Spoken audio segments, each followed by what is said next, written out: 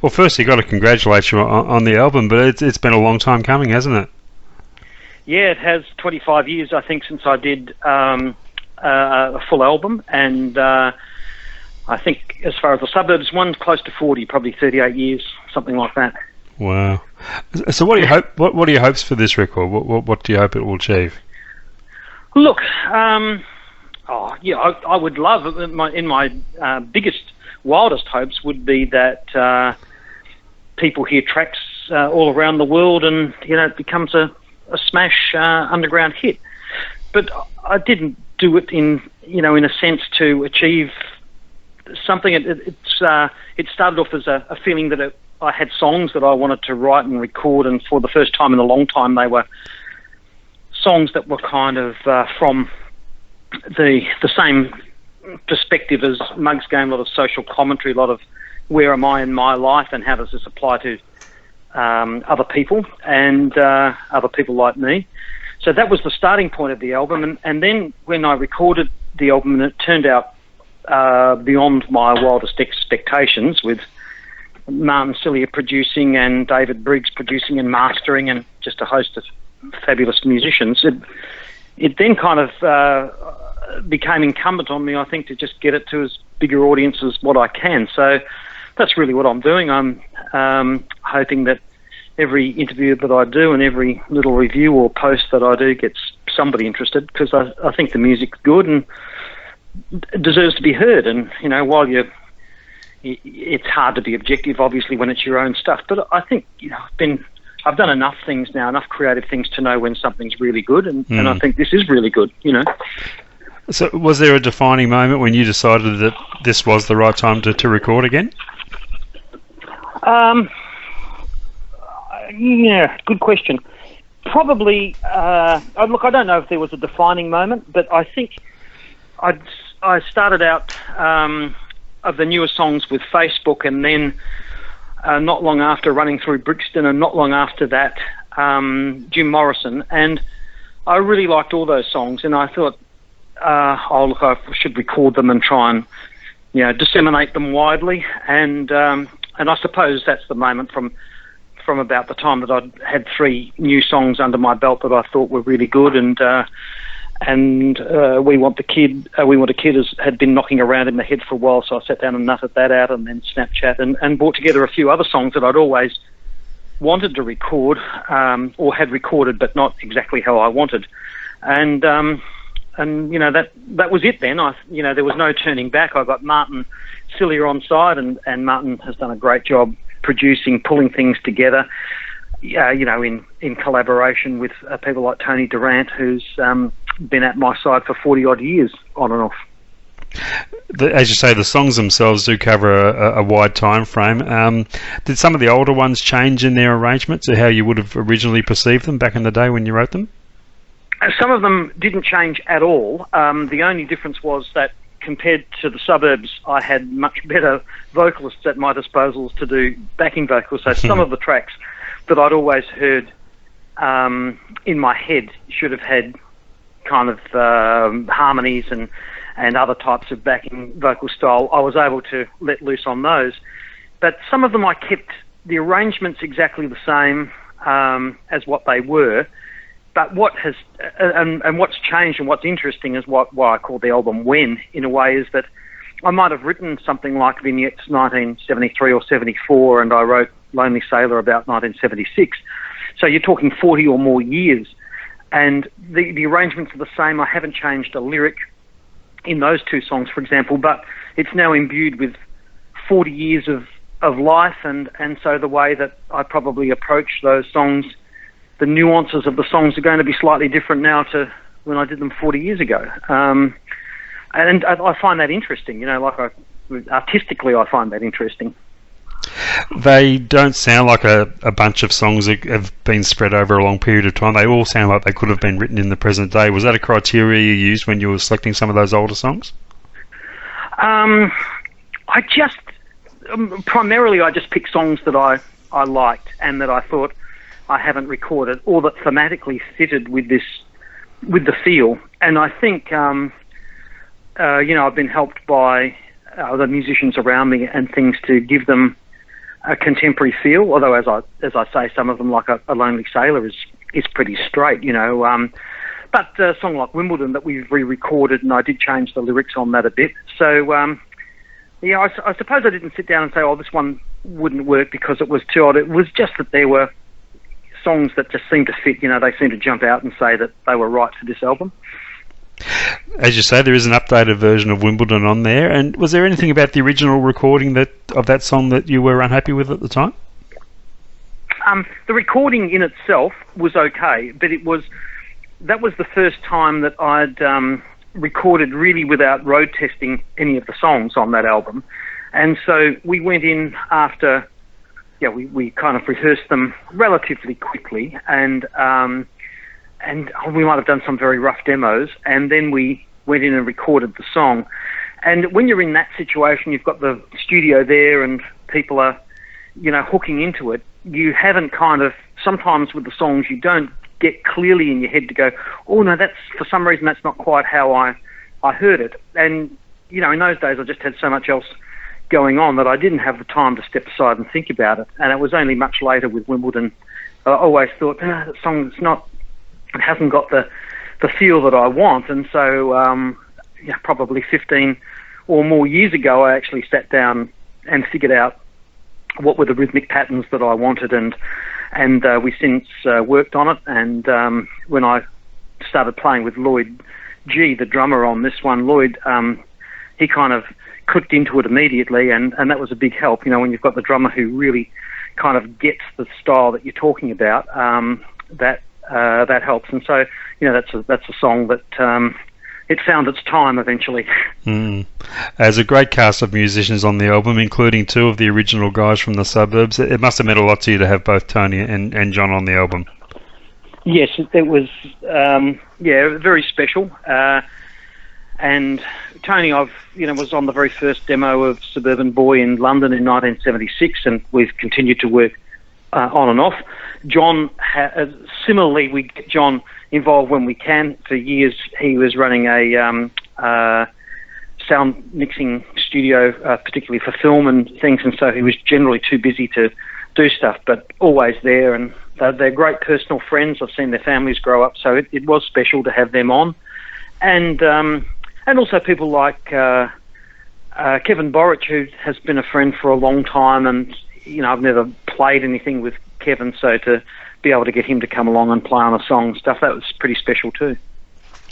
Has this whetted your appetite to record some more? I'm sure you've got a massive storage of songs there. If it was easier to do, I would say yes. It's just that it's really hard when you're not full-time musicians like you were in your youth, and you're not all together all the time. It's a lot harder, you know, because people have got other jobs and lives, and kids flying in and out and different stuff. So it makes it a lot harder for people to devote the time that they would. And this album, we actually started recording it 12 months ago. So it's taken 12 months to get out, and it's taken a lot of energy to get it to that point. So I would love to do more recording. Whether that's viable, I just don't know. I guess, look, if we jagged a big hit somewhere as we started off talking, and there was demand, I could say, oh yeah, there's the money. I can afford to hire studios and pay people, because everyone on this has done it gratis. No one's been paid for it. So I think, if those circumstances arose, then it would be great to do. But, I wouldn't want to be continually going around asking people to put their time in for nothing and stuff. But gee, you never know, John. You hope. I saw you describe I'm on Facebook as your best single since Suburban Boy. Did that song have that single appeal to you straight away when you wrote it, or did that become apparent in the recording process?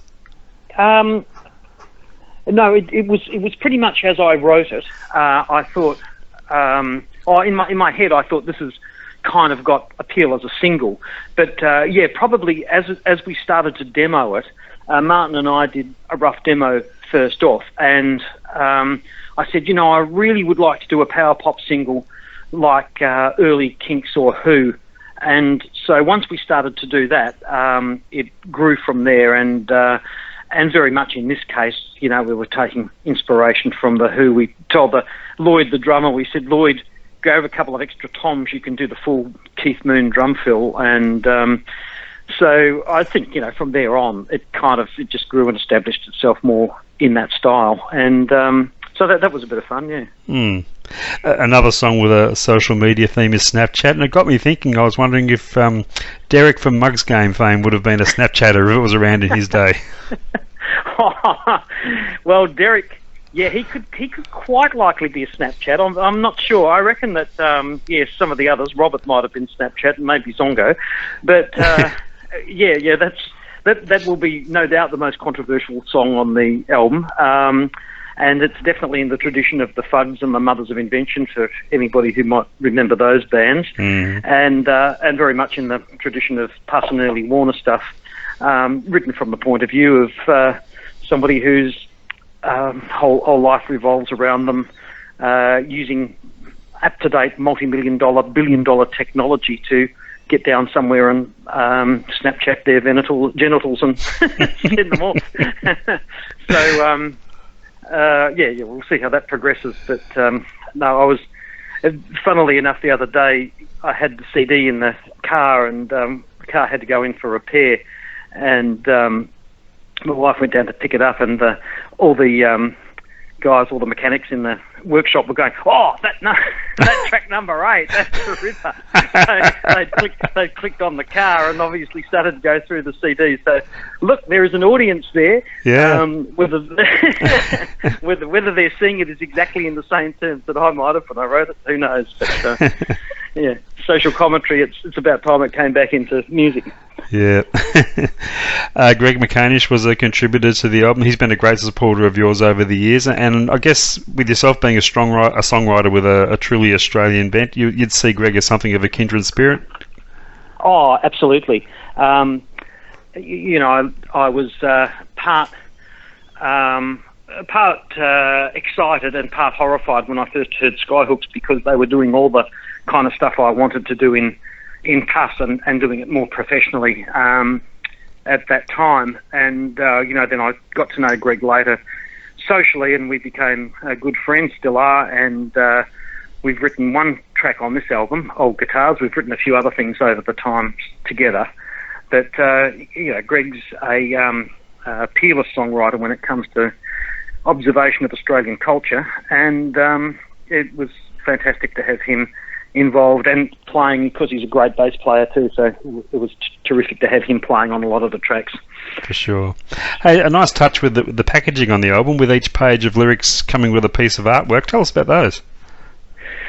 Yeah, well, I wanted to do something a bit different, and I've had this idea for some time, and I've been talking to some artists in Perth about doing something at the festival or the Fringe Festival, where they did art that reflected some of my songs and lyrics, and to kind of make it a audio-visual happening with a bit of difference. And so when I was doing this, I thought, this is a great opportunity to get that kind of involvement with the visual art. So I asked a bunch of these artists, and then some other artists that I met around the place, would they like to contribute an original piece of artwork with whatever the track inspired. Now, there were a couple of occasions where there were some existing artworks that we could use, but other than that, they very, very kindly went off and came up with something. And yeah, it's fun. I mean, I like the whole idea that music and visual arts can combine, and some of the all the artwork stuff is fantastic, except for the couple that I did, which were a bit more doodles. But it is very effective, and even though you're pretty much restricted in size with a CD package, but compared to the old vinyl days, but it's still quite effective. Yeah, and it would be fantastic on a vinyl album. And if people want to see the things, they can go to my website, and they can see them in much bigger, format than what you get on the CD. But you're right. I think even in the CD format, it's good. But if we ever do the vinyl version of this, I reckon that they'll be super fantastic. Oh, they'll come up great. Yeah. Lonely Sailor is a song you've already mentioned. It's a wonderful song. It goes way back, but one you've never recorded before. Was there any particular reason why that song has been held aside for so long? No, I honestly don't know. I think I can only imagine when we did the suburbs in the what's now suburbs in the 70s CD, but at that time, back in the 70s, were 3 clear plastic tapes that I did of songs live. I can only imagine that there was a problem.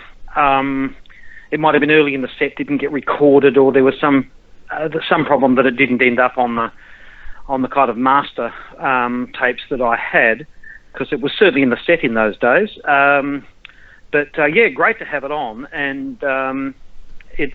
I think, as you say, this is one that really has stood the test of time, even though the lyrics are particularly dated. And I could have changed the lyrics; that wouldn't be the end of the world. But seeing as this album is in part about me and 40 years of my life, I thought I should leave the lyrics, and so there's references to Elizabeth Taylor and Princess Caroline, and I'm kind of glad that it's Princess Caroline instead of Kim Kardashian, even though that would have scanned okay.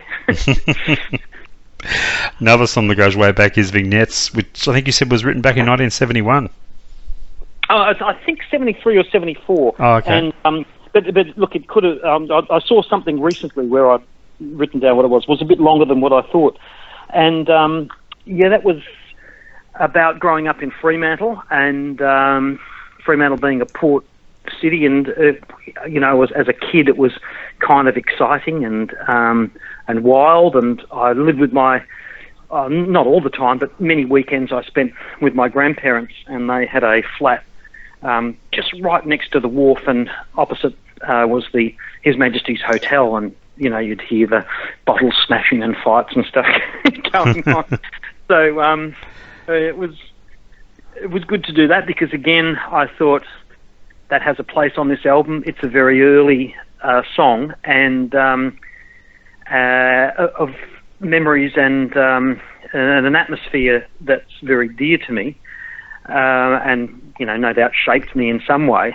But even better was the fact that I could get Mick Thomas and Wally, who were at one stage in Weddings, Parties, Anything, and who now play around by themselves, to get them to assist me. And so they did some brilliant mandolin and accordion on it, yeah. And it just really lifts the song and has that great folky feel. So yeah, I'm pleased with that. Really pleased with it. Yeah, their contribution gives the song a lovely special colour. Really does. Yeah, it does. It lifts it, and that was why I think this album is, it's a bit special. It's definitely, I've never had the opportunity to record with so many great musicians in song for song. So, when you're with a band, and of course I've had great musicians in my band, and fabulous guys, and Howie Johnson and Johnny Leppard and Paul Noonan were fantastic players in the early suburbs. But it's good if you've got a song that leans to other strengths or other kind of instrumentation, to have the ability to call on some other people to play in that style. And and that was terrific for that one. And Greedy Smith on Lonely Sailor, I should have mentioned, he was in the studio doing some backing vocals for us, and Greedy said, he brought his harmonicas along, and he said, I could try this. And that was something that, we just wouldn't have thought of, and it worked really well. It was perfect for that song. One of the strongest statements on the album is "We Want a Kid." Was it just a general observation of the me generation that prompted you to write that, or was there a specific event that set it off? No, it was very much, me generation, the attitude that I saw regularly, and an attitude of people that, this egocentricity of people's lives, that we're going to get enough money, then we're going to get the house.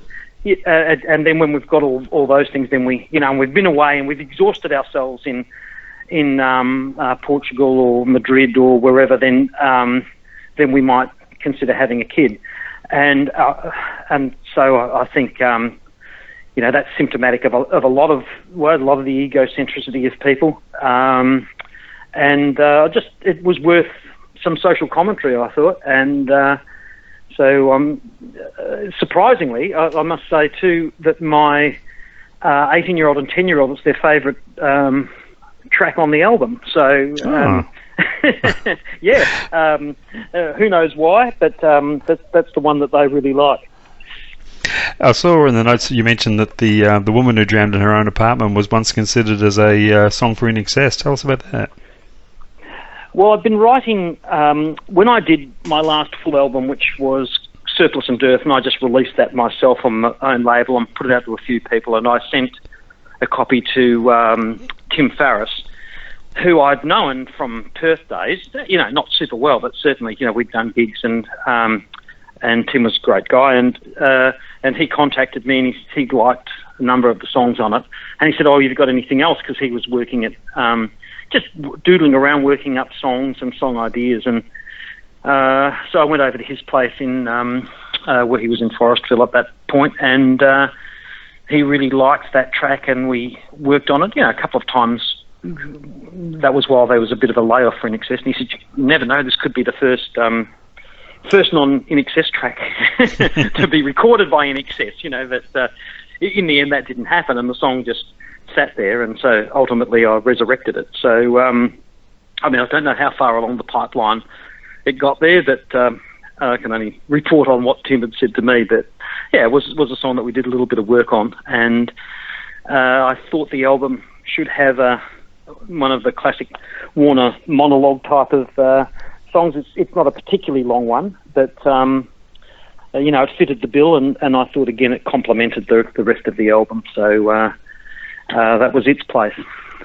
Now, we don't get to see you on stage much here in Melbourne these days, but you've got a show coming up next month. What can we expect?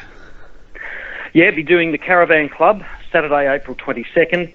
I'll be doing a combination of material. We'll be doing, obviously, a lot of the new tracks, but also I don't expect anyone to come along and just have those. We'll be having plenty of Warner classics like Halftime at the Football and Car Park and Strange Night and various tracks from the other Mugs Game and Free Kicks albums,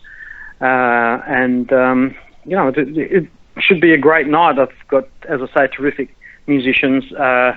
It's a lovely venue to play, so I'll be looking forward to that, and hopefully if that goes well and we get a bit of spin, as they say, off the CD, then we might be able to come back and look at doing some other venues in Melbourne, and it'd be nice to go to the north or west side of the city and see if there's any Suburbs fans hanging there. Oh, I'm sure there are. And what else is on the horizon for 2017? I believe there's a new book coming out later in the year.